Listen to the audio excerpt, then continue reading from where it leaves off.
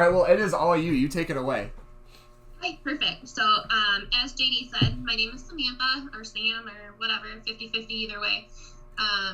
So I am mainly in the Grand Rapids area out of the Cascade office, but I am the relocation coordinator and Michigan Outgoing Referral Manager. So anytime anyone needs to refer outside of our broker in Michigan, they come to me. So let's see.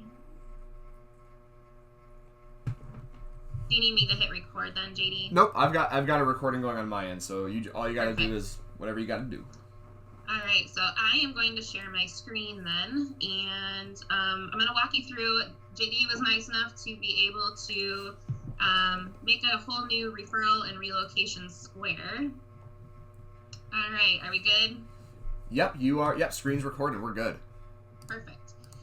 All right, so main Schmidt resources page. So up at top, you would just click on your region. I'm just going to use Michigan as an example.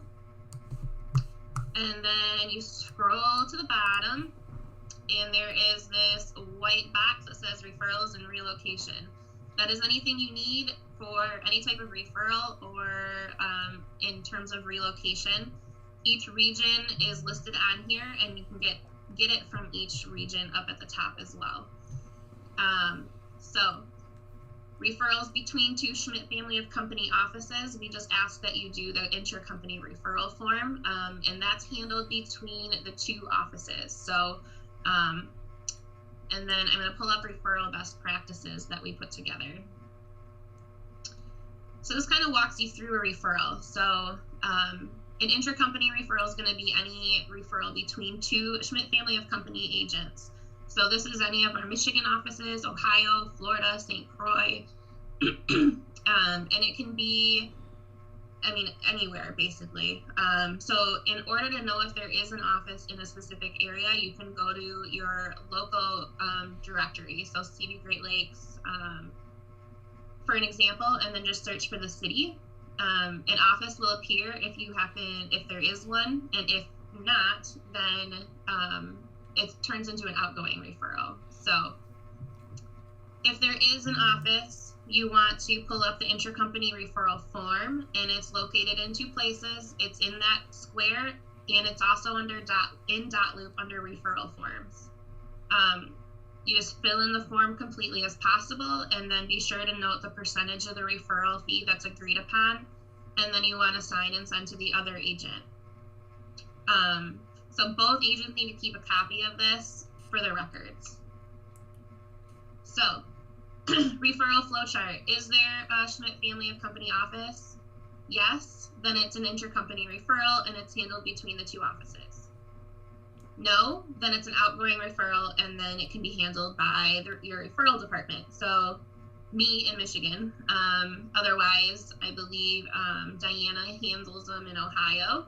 And then you have Lori Bradley and Cindy in Florida as well. So let's see. I just want to say, Sam, I'm licensed. I don't actively sell. I'm licensed for like referrals and stuff. That is the most helpful document I have ever seen on that process, because I think it's just my inability to understand concepts, but that just lays it out so clearly, and the flowchart is great. So if you have agents that are like JD and don't understand certain things, show them those best practices, because it makes it very, very clear. So thank you for showing. I'm really happy I saw that. Yeah, it's I just kept getting a lot of questions on it. Yeah. I just had to think. I would brainstorm myself. I'm like, how can I lay this out and make it the easiest as possible? Yeah. So back to the Schmidt resources square. So all regions, there's an online version. It's through eRelo. So all regions have access to this. The only issue that we every once in a while get is if an agent isn't in eRelo already, and then they're not able to choose their own name. It's an easy fix, so you just have to reach out to your local person and they can put you in there. And then the intercompany referral form is right there as well. And I'll pull that up real quick. So as you can see, it's branded as Schmidt family of companies. So it can be used between any of the offices. This is not an approved form to be used with other brokerages. So you don't, if you're sending it to somebody else, that's outside of the Schmidt family of companies, you don't want to use this form. So as you can see, the agent sending the referral is up top. The agent receiving the referral is here. And then obviously we want permission to refer, and then the type of referral, customer information, any of the referral information, you date, and then you agree, because agents are independent contractors, they have to negotiate their own fee between the two of them for intercompany. So you put the fee there, both people sign, and then you just include that whenever there's a transaction for your closing department. Keeps things nice and neat. And then, so for Michigan, we have our Outgoing Referral Facebook group, and that link is right there. So if you're not already part of it, join it. I post updates for when a sale goes pending or when one closes. We do promotions throughout the year, so I put those little kudos out there. We just finished up our Spring Ka-Ching promotion. That went really well. There's also a Google form that you can fill out to submit a referral, and I get an email as soon as that's filled out. Otherwise, there are 2 referral forms. There's network and out of network. So for the most part, you can fill out this network one and then just send it to me. And then out of network is if you kind of have an agent already. Say you have a relationship with an agent in Georgia. You can still use them, that's fine, but you can also use me to send them all the information and track that referral for you. So that way there is no work on your part. So Outgoing Referral form is kind of the same thing. So just put your information up here. Make sure to put the office that you're in or the agent's in. There's an option here that a lot of people use. So does the agent want to be contacted by the assigned agent prior to client contact? This is for when I'm looking at other agents and I find somebody. Does that agent want to be contacted beforehand so that they can screen them and make sure it's going to be a good fit for their client or their family member? That's an important one to a lot of agents. They want to make sure that their clients are getting taken care of. Again, permission to refer, type of referral, customer information, if it's a buyer referral, seller referral, and any general comments. So the more this is filled out, the better. It helps us find an agent better. It also gives that agent a better starting point.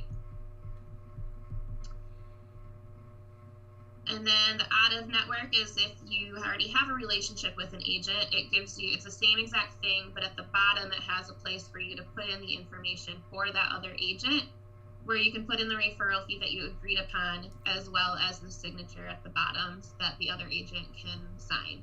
And once you have that filled out, you can send it to me and I will put it into eRelo and on my giant spreadsheet that I'm obsessed with, and I track everything. So that way, if I haven't heard an update in a while, I reach out to them and figure out what's going on, because the ultimate goal is for there to be a transaction and you make a little bit of extra money. So hey Sam, with those forms, can I both fill them out like kind of digitally on my computer and then send it to you, and or print it and write it out and scan it back to you? Either of those are acceptable? Either of those are acceptable. They are also both in .loop as well. Perfect. So for Michigan that have .loop, you can go right in there and you can just share it with me. I have a lot of agents that'll do it that way as well. Awesome. Florida is the exact same thing.